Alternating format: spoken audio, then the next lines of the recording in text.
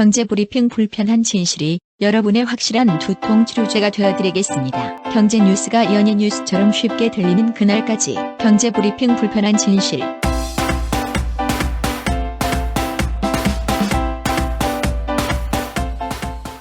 경제브리핑 불편한 진실 10월 18일 순서 시작하겠습니다. 어제 저녁 늦게 아는 선배한테 갑자기 카톡이 하나 왔거든요. 네. 이야, 니네 정말 대단하더라? 뭐 이런 카톡이 왔어요. 그래서 그게 도대체 뭔가 여쭤봤더니만 SBS 저녁 뉴스에 네. 팟캐스트가 나왔다는 거야. 8시 뉴스요? 그렇죠. 거기에 우리나라 팟캐스트 방송이 무려 9,000개가 된대요. 근데 그 9,000개 중에 니네가 20위대라고? 너무나 놀라시면서 카톡을 보내오셨어요. 그러면서 그 방송 링크까지 보내주셨더라고요. 그래서 제가 들어가서 직접 봤거든요. SBS 뉴스에서 어떻게 전했냐 하면요. 팟캐스트가 우리나라에 본격 도입된 지는 5년째밖에 안 되는데 벌써 한 해에 9,000개에 가까운 개인 방송, 그러니까 팟캐스트 방송이죠. 팟캐스트 방송이 만들어지면서 가히 열풍이라고 할 수 있습니다. 이렇게 전했어요. 하지만 팟캐스트 열의 8은 6개월을 넘기지 못하고 사라진다고 합니다. 뭐 이런 얘기를 전하더라고요. 네. 그러면서 잘 나가는 팟캐스트 몇 개를 직접 가서 인터뷰를 했나 봐요. EJ라고 저희 애청자분들 중에서도 많이 들으시는 분들 계실 것 같아요. EJ 같은 경우에는 현대사와 정치 문제를 특유의 입담으로 풀어내는 팟캐스트로 회당 평균 청취자가요 150만 명을 넘는데요.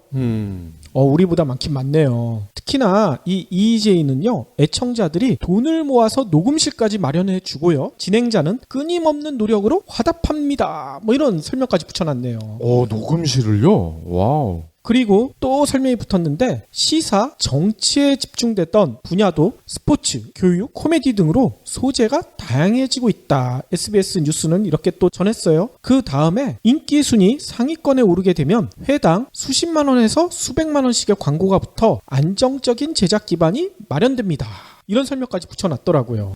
회당 수백만 원의 광고가 붙는다고요? 그러니까 말이에요. 아니, 지상파도 아니고 팟캐스트가 이렇게 돈을 잘 번단 말이에요? 아니, 그러니까 아직까지 우리는 인기 순위 상위권이 아닌가 봐. 더 올라가야 되나 봐요. 네. 또 SBS 뉴스는요, 이런 해석까지 내놨어요. 팟캐스트는요, 진입 장벽이 없어 누구나 만들 수 있지만 신규 팟캐스트의 80%는 6개월 안에 사라진다. 그러면서요, 배진아 공주대 영상학과 교수 멘트도 땄는데요. 이 배 교수님은요, 수용자들이 그만큼 능동적으로 선택한 그런 매체라고 볼 수 있는데 또 이율배반적인 것은 내가 원하는 어떤 감성 이런 것들을 충족시켜주지 못하면 언제든지 쉽게 떠날 수 있는 게 또한 팟캐스트다. 이런 설명을 하시더라고요.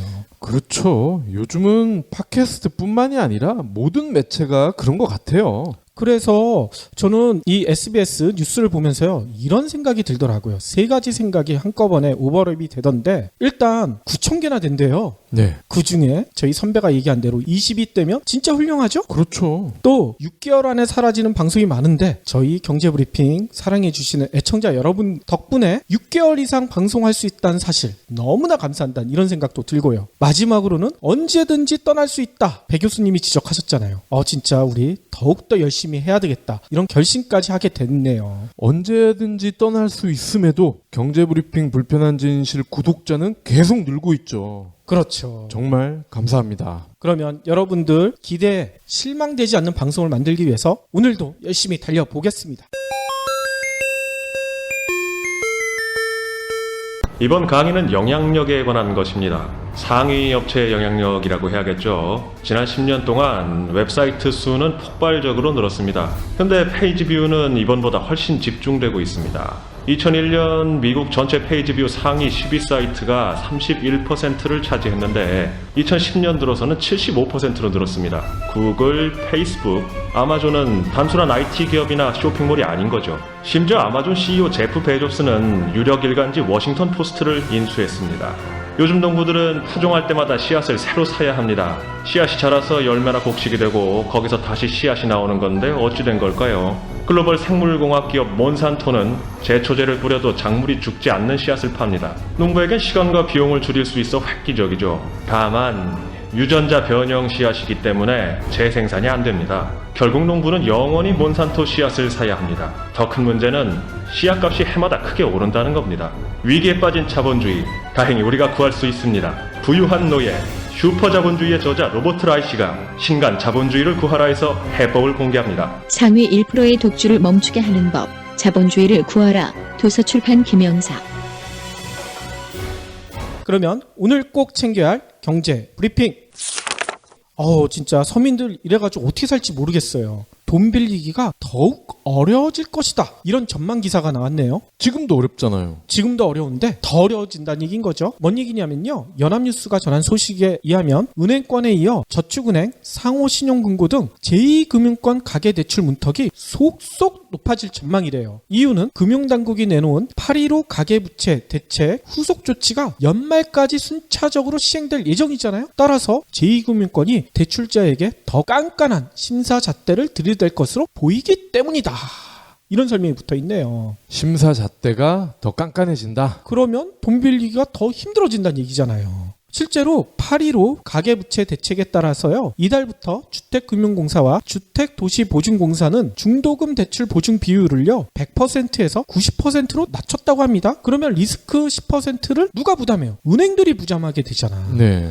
따라서 은행들은요. 대출금이 뗄 가능성이 있는지 없는지 더 깐깐하게 보게 된다는 얘기인 거죠. 은행으로부터 서민들은 그러면 돈 빌리기가 더 힘들어지는 얘기고요. 아니면 또 책임 전가를 하겠죠. 그렇죠. 금융당국은요, 은행들이 중도금 대출을 신청한 개인에 대한 소득 관련 서류를 의무적으로 확보하도록 하고요. 가계대출 증가 속도가 지나치게 빠른 금융회사에 대한 특별 점검도 예고하고 있다고 합니다. 이거 어떻게 돈 빌리란 얘기인 거예요. 게다가 금융회사들은요 자체적으로 가계대출을 쪼여라 이런 일종의 구두관리에도 나서고 있다고 해요. 그래서 최근에 진짜 이런 일이 벌어졌대요. 은행권들이 집단대출을 사실상 중단했다. 이게 뭐냐면요, 아파트 분양을 받게 되면 이 집단대출로 분양금 보통 메꾸잖아요. 그렇죠. 근데 최근에 한국토지주택공사가요 수도권과 부산에 분양할 예정인 6개 단지 무려 5천여 가구의 집단 대출이 중단돼 버렸다는 거야. 이거 어떻게 해요?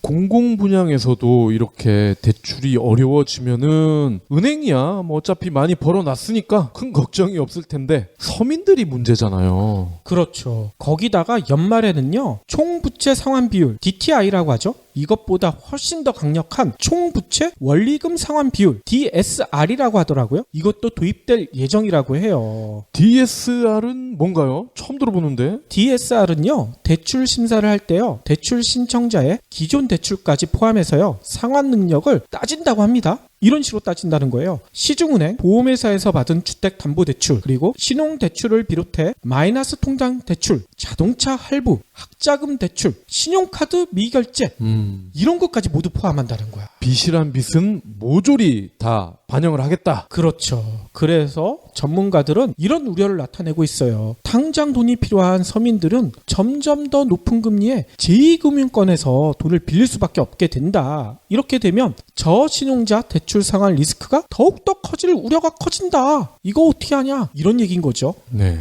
아니 근데 진짜 정부에서 이런 대책 내놓는 이유가 있잖아요. 요즘 부동산이 광풍이다 이런 얘기가 들면서 부동산 시장을 좀 진정시키려고 하는 건데, 아니 그러려면 강남을 쪼여야지 왜 서민들을 쪼여? 강남에 지들이 사니까. 다음 소식입니다. 갑작스런 보금자리론 자격 강화로 당국이 강한 비판에 직면했죠? 그렇죠. 그런데 보금자리론에 대한 정부의 예측 실패, 그리고 예외 조항 문제가 불거지고 있다고 합니다. 이건 또 뭔 얘기인가요? 예. 오늘요, 국회 정무위 소속 박창대 의원이 주택금융공사로부터 받은 자료를 분석을 해봤더니 작년 보금자리론 수요는 6조 원을 예상을 했대요. 연간 판매 금액은 14조 7천여억 원. 어이? 더 많이 팔렸네? 그러면 지금 초과가 얼마입니까? 8조 7천여억 원 아닙니까? 와, 장난 아니군요. 그러니까 목표 대비 거의 250%죠. 그리고 올해도요 6조 원을 예상했대요. 맨날 6조야. 지난 7월에 이미 당초 계획을 초과해서 8월 기준으로 9조 4천억. 벌써 목표 대비 156%를 달성을 했다고 합니다.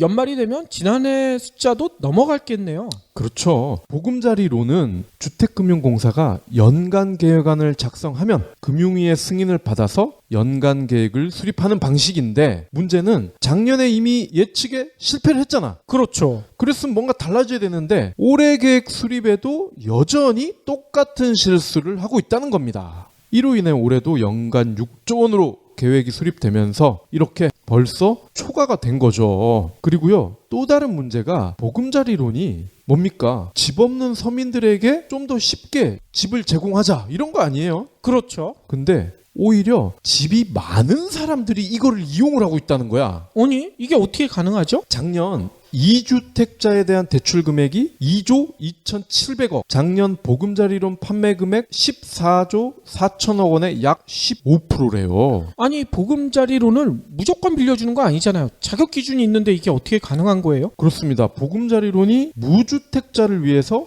주택가격 9억 이하, 대출 한도가 5억까지라는 기준이 있는데 1주택자에 한해서 3년 이내에 기존 주택을 처분한다는 조건을 걸고 판매를 하고 있거든요. 주택을 가지고 있더라도 팔기만 하면 보금자리론을 받을 수가 있다. 3년 이내에 처분을 한다는 조건, 이거를 악용을 했다고 보는 거죠. 아니, 이러면 진짜 투기를 해도 충분히 가능하다는 얘기 아니에요. 그러게 말입니다. 집 없는 사람을 위해 만들어 놓은 법을 또 이렇게 악용을 하는 사례가 있군요. 아니, 이렇게 논란이 불거지고 있는데 감독기관 금융위원장은 도대체 뭔 얘기를 하고 있는 거예요? 아니나 다를까 임종용 금융위원장이요, 오늘 국회 정무위 국감에서 이런 얘기를 했습니다. 현재 추세로 보면 10조 원보다 많은 20조 원 가까이 보금자리론 수요가 늘어날 것 같아서 서민에게만 집중하기로 했다. 이게 뭔 얘기야.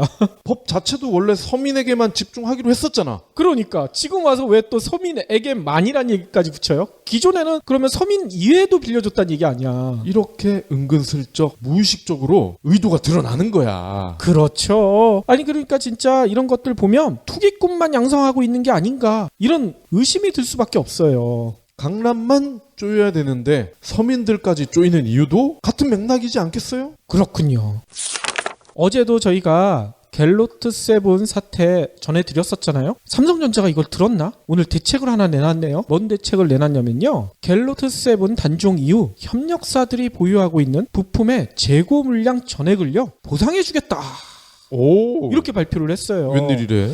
삼성전자가 발표한 거에 따르면요, 발주한 협력사 보유 완제품 재고뿐만 아니라요, 현재 생산 중인 반제품 상태의 재고, 또 생산을 위해 준비 중인 원부자재에 대해서도 전액 보상하기로 했다. 오, 대단하죠? 구체적인 보상 기준은요, 완제품 재고는요 납품단가 전액 보상, 생산 중인 반제품 상태의 재고는 진행 상황에 따른 공정 원가를 계산해 전액 보상, 원부자재는요 협력사 구입 단가 전액 보상. 되게 구체적이에요. 또 삼성전자는 갤럭시 7 단종에 따라 매출 감소 등으로 경영에 부담을 겪는 협력사들을 위해 다른 스마트폰 물량 배정 등 이런 적극적인 대책도 검토할 계획이다, 이런까지 붙여놨어요.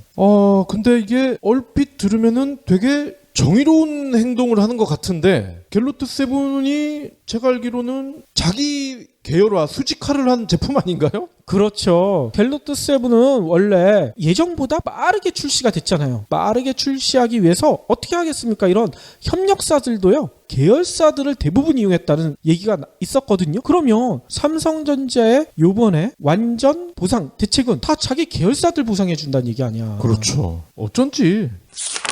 다음 소식입니다. 한미약품 쇼크가 지금 업계를 강타하고 있는데, 한미약품뿐만이 아니라요, 빅3 제약사들이 몸살을 앓고 있다고 합니다. 오, 그래요? 이 제약사들도 감기에 걸리나 봐. 감기약을 안 먹나 보죠. 빅3는요, 유한양행, 녹십자, 한미약품인데 3분기 영업이익률이 전년 같은 기간에 비해서 두 자릿수나 감소할 것으로 예상이 됩니다. 오, 두 자릿수면 엄청 큰데요? 오늘 금융정보업체죠, FN가이드에 따르면 국내 증권사들이 이들 빅3의 3분기 영업이익이 적게는 11%, 많게는 60% 이상 줄어들 것으로 전망을 했어요. 유한양행 같은 경우는요, 영업이익 전망치가 280억인데 전년과 비교했을 때 12% 감소를 합니다. 오호. 다만 이 기간 매출액은 8.6% 정도 증가할 것으로 추정이 되네요. 녹십자는요 14.5% 내린 412억, 매출액은 12% 늘어난 3,309억이고요. 한미는 제약사 빅3 중에 유일하게 외형이 쭌다고 합니다. 이번 기술 수출 계약 해지 그리고 공시 지연권으로 이익 감소폭이 가장 컸다고 하네요. 어우, 그러면 영업이익은 얼마나 줄어드는 거예요? 전년 동기 대비해서요 무려 63%가 감소한 134억으로 추정이 됩니다. 우와, 그러면 이거는 거의 3분의 1 토막이 난다는 얘기잖아요. 그렇습니다. 매출은 어지간해서 안 주는데 한미는 매출도요 9%가 줄어서 2,440억 원 정도 예상이 되네요. 이들 빅3의 수익성이 악화된 거는 R&D 비용이 증가했기 때문이다 이렇게 보고 있는데요. 한미약품이 이번 사태가 일어나기 전까지는 칭찬을 많이 받았잖아요. 그렇죠. 기술로 대박을 냈다 이러면서 경쟁 업체들도 R&D 투자를 늘린 거는 사실입니다. 하지만 진짜 감기가 아니라 이번엔 독감에 걸리게 생겼군요. 우리나라 정부가 믿고 있는 컨설팅사가 하나 있잖아요. 맥킨지인가요? 그렇죠. 맥킨지. 맥킨지 보고서를 엄청 신뢰를 하고 있죠. 근데 맥킨지 보고서가 논란의 중심에 섰다. 이런 내용이 전해졌어요. 뭔 얘기냐면요. 최근 조선업 관련돼가지고 구조조정 문제가 심각해져서 맥킨지한테 또 컨설팅을 맡긴 거야. 근데 최근에 실시한 조선업 구조조정 컨설팅에서는요. 대우조선해양의 해양사업 철수를 권고를 했거든요. 네. 근데 그랬던 맥킨지가요. 3년 전에는 해양 플랜트 사업에 주력하라. 이런 결론을 내렸던 것으로 드러나가지고 지금 논란이 불거지고 있는 거예요. 아, 그때 달라요 이거군요. 그렇죠. 18일 금융당국과 업계에 따르면요. 대우조선은요 2013년 상반기에 글로벌 컨설팅 회사인 맥킨지로부터요 경영 컨설팅을 받았는데 당시 대우조선은요 회사 비전 선포 뭐 이런 걸 앞두고 있었대요. 그래서 중장기 전략을 수립해야 되겠다. 그래서 맥킨지에 용역을 맡긴 걸로 알려지고 있습니다. 그런데 문제는 맥킨지가 당시 대우조선의 해양 부분은 2020년까지 계속해서 성장할 것으로 전망된다. 따라서 해양 플랜트 사업 비중을 높여가야 된다. 이렇게 결론을 제시를 했거든요. 이렇게 맥킨지가 권고를 하니 대우조선은 실제로 해양 플랜트 설계 인력을 엄청나게 늘려왔어요. 그런데 문제는 보고서가 나온 지 1년도 지나지 않아가지고 국제유가가 하락하기 시작했죠. 해양 플랜트 발주가 뚝 끊겼어요. 맥킨지의 전망이 완전히 빗나갔다고 합니다. 따라서 이중 대우조선의 해양사업 수주액은요 2012년 105달러에서 2013년 81억 달러, 2014년 27억 달러, 2015년 얼마까지 떨어졌는지 아세요? 제로야, 제로. 제로요? 105억 달러에서 제로까지 줄었어요. 이렇게 해양 플랜트 산업이 대우조선 부실의 가장 큰 원인이다. 이렇게 지목받고 있거든요. 그런데 이쯤 됐으면 대우조선은 맥킨지한테 야, 진짜 손해배상이라도 해달라고 얘기를 해야 될 거 아니에요? 그렇죠. 근데 또 컨설팅을 맡겼어. 물론 대우조선이 직접 맡긴 건 아니고요. 한국조선해양플랜트협회가 이 맥킨지에 컨설팅을 맡겼나 봐요. 그런데 맥킨지는 대우조선한테 아까 처음 얘기대로 해양사업에서 완전히 철수해야 한다. 이렇게 얘기를 했다는 거야. 이를 두고 업계에서는 이런 얘기를 하죠. 맥킨지가 지난번 대우조선 컨설팅에서 불과 2, 3년 뒤 상황도 제대로 예측하지 못했던 게 아니냐. 조선업에 대한 전문성이 떨어지는데 왜 자꾸 이런 거 맡기느냐. 이렇게 얘기하고 있다는 거죠. 아니 근데 맥킨지 입장에서도 이렇게 얘기할 것 같아요. 우리가 조선업을 뭘 알아? 왜 우리한테 맡겨? 그럴 것 같은데? 그러니까요. 이 정부가 주도하고 있는 조선업 구조조정 방안의 토대가 될 연구 용역을 이렇게 불성실한 맥킨지한테 계속 맡기고 있으니까 앞으로 이 조선업 구조조정이 제대로 될 리가 없겠죠. 박 PD 지적대로 진짜 맥킨지는 돈만 받고 원하는 대로 보고서 써주는 게 아닌가 이런 의심이 들 수밖에 없어요. 저희가 예전에 엔론 사태 이야기할 때도 그 엔론의 회계를 담당했던 용역 회사에서 비슷한 비리가 있었다 이렇게 전해들었던 기억이 나는데, 제가 아는 분 중에 골드만삭스 있잖아요. 거기도 유명한 이런 컨설팅 업체이기도 하죠. 투자은행이기도 하지만 거기를 나왔어요. 그러면서 회사를 하나 차리셨는데 그분이 그러더라고요. 자기는 뭐 맥킨지든 골드만삭스든 이러한 전문 컨설팅 업체라고 하는 곳에 절대 의뢰를 하지 않는데, 이유가 뭐예요? 자기가 해봐서 안 돼. 아, 이거 거의 믿을 수 없다. 그렇군요. 근데 왜 정부는 자꾸 맥킨지 얘기만 할까요? 좋은 얘기를 해주니까 그렇겠죠.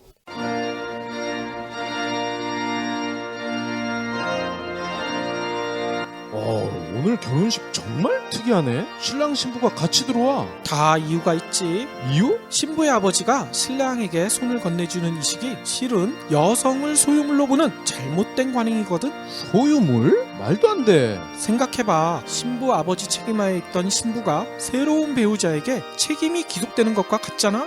듣고 보니 그러네. 근데 요즘은 여성들 위상이 많이 높아졌잖아. 대통령도 여자고 이런 관행이 더는 없을 듯한데? 그럼 질문 하나. 만일 남성이 여성을 때렸다면 어떤 법적 처벌을 받을까? 폭력이니까 형사재판으로 가겠지? 그럼 맞은 여성이 폭력 남성의 아내라면? 글쎄, 그거야... 쉽게 대답하기 힘들 거야. 여성을 소유물로 보기 때문에 가정법원에 보내진다고. 가정법원? 말도 안 돼. 바로 남성다움을 강요하는 맨박스 때문이지. 남자는 강해야 하고 여성을 보호해야 한다는 잘못된 사고, 이런 편견을 깨부셔야 행복해질 수 있다고. 소중한 우리 딸들을 위해서라도 말이야. 그럼 우리는 어떻게 해야지? 테드에서 200만 뷰를 돌파한 토니 퍼터의 신작 맨박스에 자세한 해법이 나와 있다고. 맨박스라. 당장 사서 봐야 되겠네. 맨박스, 강요된 남자다움에 대하여 도서출판 한빛비즈. 그러면 오늘의 섹션 시작할 텐데요. 어제 예고해 드린 대로 삼성과 한국경제 2탄을 오늘 들려드릴 예정인데, 네. 오늘 2탄 시작부터 아주 흥미진진하네요. 예, 묘사부터 좀 해야 될 것 같아요. 취재진의 카메라 플래시 세례가 이어집니다. 막 연예인 나왔나요? 그럴 수도 있겠죠. 한번 맞춰보세요. 수많은 카메라 플래시를 온몸으로 받은 이 사람의 얼굴이 제대로 보이지 않을 정도예요. 왜냐면 플래시가 계속 터지면은 하얗게 보이잖아. 그렇죠. 그는 진실을 말하겠다 이러면서 증인선서를 합니다. 연예인은 아니네. 그리고 이렇게 말합니다. 도요타 차량 운전자들이 겪은 모든 사고에 대해 깊은 유감을 표명합니다. 과거 10년간 급격한 성장을 추구하면서 안전 문제가 우선순위에서 밀려나는 혼란이 빚어졌습니다. 전적으로 책임을 통감합니다. 아니, 이렇게 얘기하신 분은 도대체 누구예요? 네, 전 세계 최초로 글로벌 자동차 연간 생산 대수 1000만 대를 돌파한 일본 도요다의 도요다 아키오 사장입니다. 이 도요다 아키오 사장이 방금 이 얘기를 언제 어디서 했느냐? 6년 전입니다. 벌써 2010년이네요. 오래전이군요. 2010년 2월에 다른 것도 아니고요. 미국 의회에 증인으로 출석하는 굴욕을 겪었어요. 아니, 일본 분이잖아. 그렇죠. 일본 의회가 아니라? 그렇습니다. 이 도요다가 2009년, 그러니까 의회에 사장이 나가기 전년이죠. 미국에서 판매한 차에서 급발진 사고가 발생을 합니다. 그러면서 이듬해까지 무려 960만 대를 리콜하는 창사 일의 최악의 위기를 겪죠. 우와, 960만 대? 네. 이때 도요다는 약 5조 원 영업 손실을 봅니다. 세계 자동차 업계 1위 자리도 요때 폭스바겐에 내주게 되는 거죠. 어허. 제가 6년 전 이야기를 하는 이유는 아마 대충 눈치채셨을 겁니다. 삼성전자 이재용 부회장도 이 같은 상황을 맞을 가능성이 있기 때문입니다.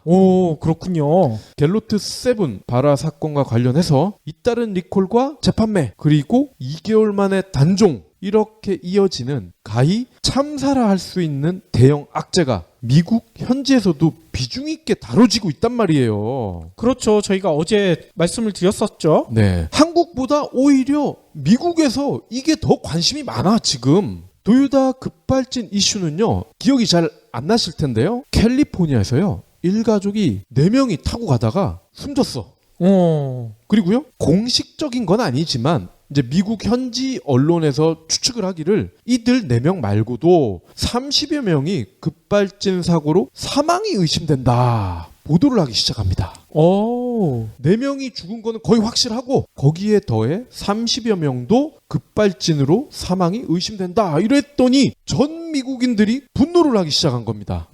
당연하겠죠. 예. 그래서 결국 도요타 사장이 미국 의회로 증인으로 불러나가게 된 거죠. 갤로트 세븐은요, 반면에 수차례 폭발 사고가 났죠. 그런데 현재까지는 사망, 중상 이런 피해는 확인이 되지는 않고 있습니다. 스마트폰 폭발했다고 사망까지 하면 이건 진짜 난리가 나는 거겠죠. 네. 하지만 현대인의 필수품이자 거의 모든 사람이 들고 다니는 휴대전화에서 폭발 가능성이 제기되고 있다는 점에서 급발진 사망에서 발생했던 집단 트라우마가 다시 발현된 것 같아. 충분히 그럴 수 있을 것 같아요. 네. 게임에서는 갤로트 세븐이 폭발물로 나오더라고.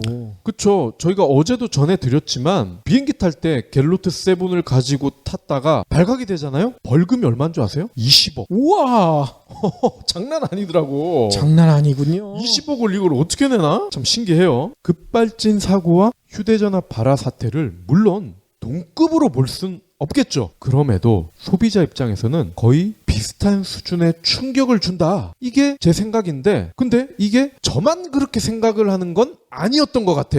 어허. 제 우군이 있더라고. 하버드 경영대 빌 조지 교수라는 분인데요. 이분이 최근에 미국 경제방송이죠, CNBC, 여기에 출연을 해서 삼성의 CEO와 이재용 부회장은 미국에 와서 공개 사과를 해야 된다. 그리고 의회에 출석해야 한다. 어허. 강도 높게 비난을 했습니다. 더 나아가서요, 이렇게 하지 않으면은 쪽박을 찰 신세에 처한 폭스바겐처럼 될 수 있다.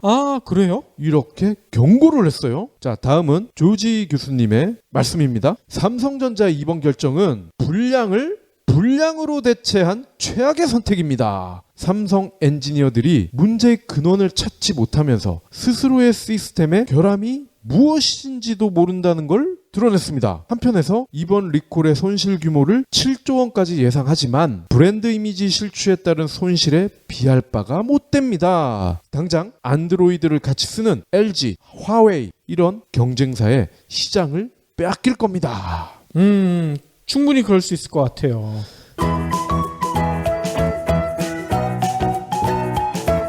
나중에 알려진 사실이지만 당시 도요타는요, 미국 의회에 로비를 했어. 뭔 로비를 해? 우리 사장님이 의회에 출석하지 않도록 해주십시오. 이런 거죠.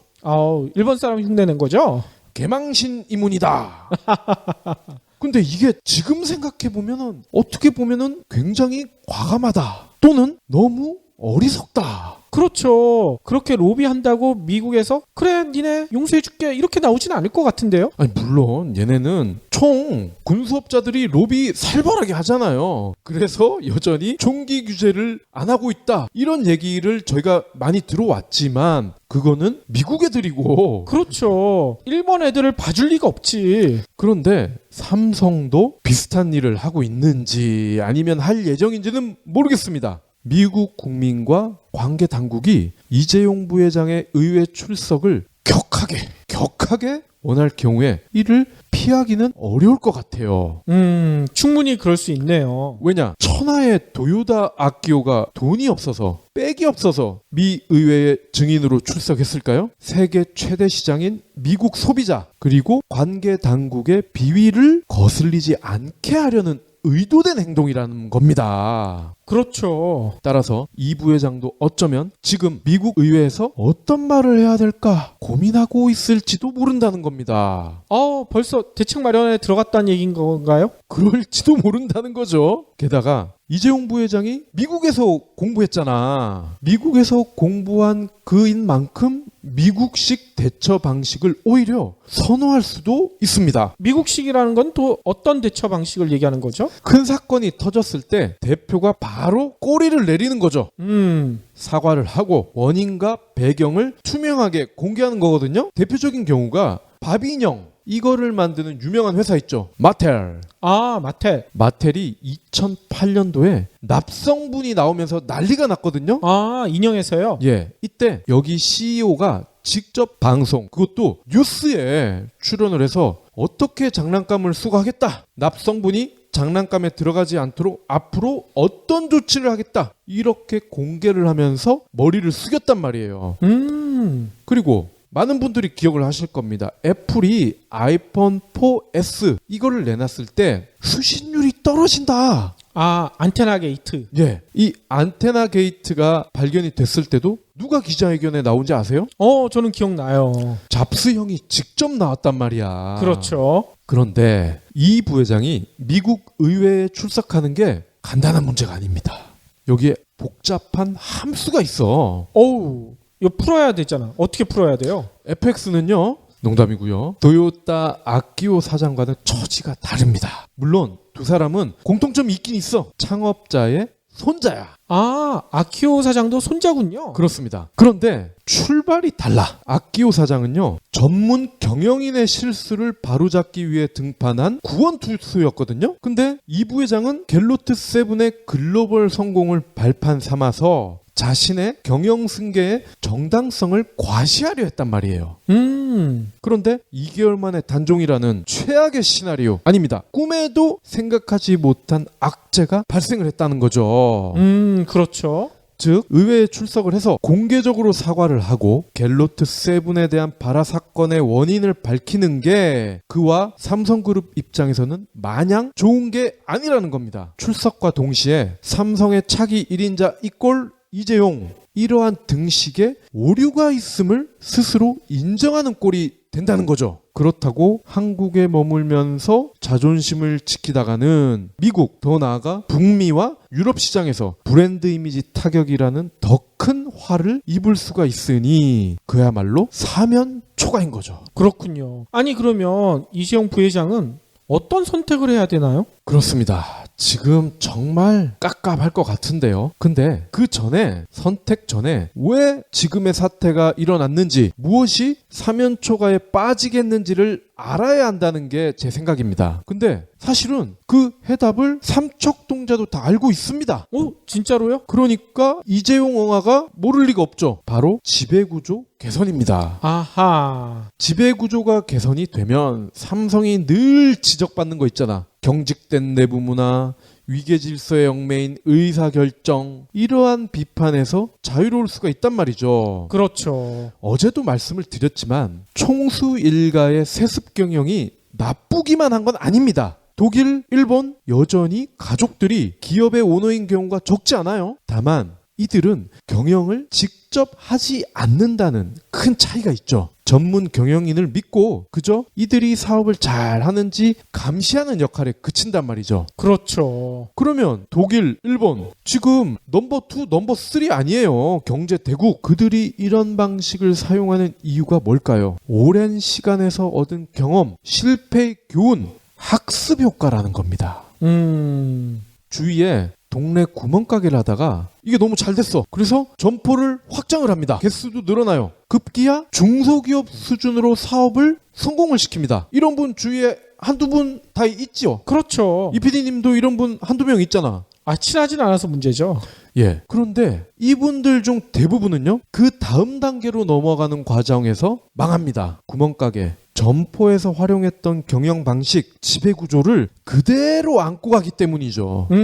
그렇죠. 중소기업에서 중견기업, 중견기업에서 대기업, 이렇게 점프를 하려면은 그에 맞는 경영법과 지배구조를 갖춰야 하는데, 하물며 분기 최대 이익이 10조 원에 이르는 삼성전자 같은 공룡기업은 어떻겠냐고. 그렇죠. 이 구멍가게에서 하던 게 영업이익 10조짜리 회사에서 먹히겠냐고. 그러니까 삼성은 직원들한테만 글로벌 스탠다드 이렇게 하지 말고 지네 CEO, 총수 일가 스스로가 글로벌 스탠다드가 돼야 된다는 얘기인 거죠. 맞습니다. 이병철 할아버지가 지금의 삼성그룹의 토대를 닦았다. 그리고 아들인 이건희 회장이 글로벌 기업으로의 모양새를 갖췄다. 그러면 손자인 이재용 부회장은 뭘 해야 될까요? 오너로서 철저하게 이방인이 되라는 겁니다. 이방인 뭔지 아시죠? 사또 밑에 있는 이방 아니죠? 삼성그룹에는 50여 명의 사장이 있는데 이들에게 과감하게 경영을 맡기는 겁니다. 그렇죠. 그런 다음에 감독 역할을 철저하게 하라는 거예요. 불경에 나오는 형이상학적 이야기처럼 들릴 수 있지만 완벽한 주인이 되기 위해서는 완벽한 이방인이 돼야 한다는 겁니다. 이재용 형아가 박 PD의 이런 얘기를 들으셔야 될 텐데. 완벽한 주인 좋아할 텐데. 혹시 기부해보신 적 있나요? 이런 질문을 하면 나 먹고 살 것도 없는데 기부는 무슨? 기부는 션, 정혜영, 김장훈이나 하는 거 아니야? 라고 하시는 분들이 많습니다. 하지만 기부는 돈 많은 연예인의 전유물이 아닙니다. 무료 기부 사이트 위시플렉스에 접속하면 누구나 기부천사가 될 수 있습니다. 어떻게 가능하냐고요? 위시플렉스의 나만의 위시에서 매주 마음에 드는 신상 10개만 고르면 됩니다. 물론 사는 것이 아니라 찜만 하는 겁니다. 그러면 기부머니 500원이 매주 생기죠. 이 기부머니를 경제브리핑, 불편한 진실 같은 프로젝트에 후원할 수 있습니다. 참 쉽죠? 보너스도 있습니다. 매주 추첨을 통해 골라놓은 신상을 최대 90% 할인된 가격으로 살 수 있는 기회도 제공합니다. 기부도 하고 신상도 챙기고 그야말로 꽉 먹고 알 먹고입니다. 이래도 기부는 나와 상관없는 딴 나라 이야기라고 하실 건가요? 당장 위시플렉스에 접속해 자랑스러운 기부천사의 이름을 올리세요. 마지막으로는요, 제가 페이스북에서 아주 충격적인 동영상을 봤거든요. 이 동영상이 지난 2월에 일본의 한 민영방송에서 방영됐던 프로그램이었는데 이게 갤로드 7 사태가 벌어지면서 다시 또 인기를 얻고 있는 것 같아요. 이 동영상은 제목이 이렇게 돼 있네요. 한국의 불가사의. 그래서 한국의 불가사의가 도대체 뭐가 있나 이렇게 봤더니만 이 불가사의는 한국의 재벌을 지목하는 거예요. 이 당시 우리나라에서 아주 황당한 일이 벌어졌었잖아요. 조현아 대한항공청 부사장이 땅콩 회한 사건. 아, 조땅콩. 그렇죠. 이 사건 자체가 국내뿐만 아니라 국제적으로도 화제가 됐는데 당연히 일본에서도 화제가 됐겠죠. 일본은 오히려 우리보다 우리에 대한 관심이 더 많잖아. 그래서 그런지 당시 이 민영방송은요, 왜 조현아 같은 사건이 벌어졌느냐 이거를 의문을 가지고요, 이 의문을 풀기 위해서 한국 재벌의 현황을 전반적으로 짚어봤다 이런 설명을 붙여놨더라고요. 네. 그래서 일본 애들이 도대체 한국 재벌에 대해서 얼마나 알고 있을까 방송을 좀 차근차근히 봤는데 우리보다 더 명확하게 알고 있는 것 같아. 물론 경제브리핑보다는 좀 못하지만 웬만한 대한민국 언론보다도 더 명확한 지적을 하고 있더라고요. 그래서 내용을 지금부터 여러분들과 공유를 해드릴까 하는데요. 이 방송에 출연한 패널이 이런 얘기를 해요. 한국에서는 현재 재벌 기업이 100군데 이상인데 그중 10대 재벌이 엄청나게 큰 힘을 갖고 있다. 이렇게 소개를 하면서요, 자료를 하나 쫙 펼쳐요. 자료가 무슨 자료냐면요, 한국의 상위 10대 재벌은요, 국내 총 매출의 무려 76.5%나 차지한다. 그러니까 그 주변에 있던 패널들이 저게 맞아? 다 그런 눈치야. 입이 쫙 벌어졌어요. 근데 그 다음에 자료를 하나 또 공개하는 게 뭐냐면요, 그러면 이렇게 국내에서 절대적인 영향력을 미치는 10대 재벌에서 일하는 노동자는 얼마나 되느냐? 전체 국민의 3.6%밖에 되지 않는다. 한마디로 3.6%의 사람들이 한국 경제 매출의 76.5%를 벌어들이는 말도 안 되는 기형적인 상황이 벌어지고 있다. 이런 설명을 하더라고요. 아니 그러니까 패널들이 막 질문을 해요. 아니 한국에서 왜 그런 일이 벌어져요? 한국은 그거 가만 놔둬요? 뭐 이런 얘기들을 하는 것 같아요. 그런데 이 방송에서는요, 한국에서 이런 일이 벌어지는 상황에 대해서 이렇게 설명을 합니다. 재벌이 급성장했기 때문인데 왜 재벌이 급성장했느냐? 6.25 전쟁 뒤에 한국은 일본에게 경제지원금을 받아 경제성장을 이뤘는데 이 정책을 지지한 것들이 바로 재벌이었다. 네. 그러면서 그 패널은요, 전쟁 전에는 한국에 재벌이란 것이 존재하지 않았지만 이후 군사 정권이 들어서면서 정치인들과 친밀한 관계를 유지한 재벌들이 여러 일들을 따낼 수 있었다. 이렇게 성공한 기업 일가가 점점 크게 성장하며 신흥 재벌이 속속 탄생했다. 이렇게 설명을 해요. 그러면서 그 다음에 뭘 비치는지 아세요? 재벌가가 밀집한 서울 지역이 있죠. 성북동. 그렇죠. 성북동 일대 평창동이죠. 정확히 얘기하면 평창동 일대를 직접 보여주면서 이런 설명을 붙입니다. 재벌 일가가 왜 여기 모여 있을까요? 답은 하나예요. 이 근처에 청와대가 있기 때문입니다. 이런 설명을 해요. 군사 독재 정권의 대통령이 자신과 깊은 관계에 있는 재벌들을 가까이에 살게 했다. 그래서 어떻게든 정치와 유착하여 성장했다는 것이 이것만 봐도 알 수 있다. 이런 설명까지 덧붙입니다. 어우, 나름 분석을 잘 했는데요. 그렇죠. 제가 지금 설명드린 거 혹시 보신 분들도 계실 테고 제 설명을 통해서 처음 접하신 분들도 계실 텐데 어떤 생각이 드시나요? 일단 이런 얘기 하시는 분들이 계실 것 같아요. 당시도 마찬가지고 지금도 일본에서는 혐한 분위기가 아주 장난이 아니잖아. 한국 깎아내리기 위해서. 이런 의도에서 분명히 이런 방송을 만들었다. 이렇게 생각하시는 분들도 계실 것 같아요. 근데 문제는 지금 나온 내용들이 다 사실이잖아. 네. 반박할 부분을 찾기가 너무 힘들어요. 저도 반박하고 싶어서 여기서 얘기하는 내용들 좀 상세히 살펴봤지만 틀린 내용이 하나도 없어. 진짜 너무나 분하고 원통한다는 생각까지 들어요. 그리고요, 이 재벌이라는 말 자체도 일본에서 나온 거잖아. 그렇죠. 그러면 일본은 재벌에 대해서 훤히 꿰뚫고 있는 나라인데 얘들마저 한국의 재벌에 대해서는 깜짝 놀랄 지경이라는 거 아닙니까? 그렇죠. 진짜 일본도 지금 20년 장기 불황이 30년 장기 불황이 되고 있는데 이 원인 중에 가장 큰 게 재벌에 대한 폐해를 꼽고 있잖아요. 근데 이렇게 재벌 때문에 피해를 많이 받은 일본에서조차 한국 재벌은 두 손 두 발 다 들어야 되는 이런 현실이 진짜 너무나 놀랍다는 생각이 듭니다. 제가 일본어를 모르지만 아마 얘들이 방송 말미에 그런 얘기를 했을 것 같아. 스고이 데스네. 그랬을까요? 충분히 가능성이 있네요.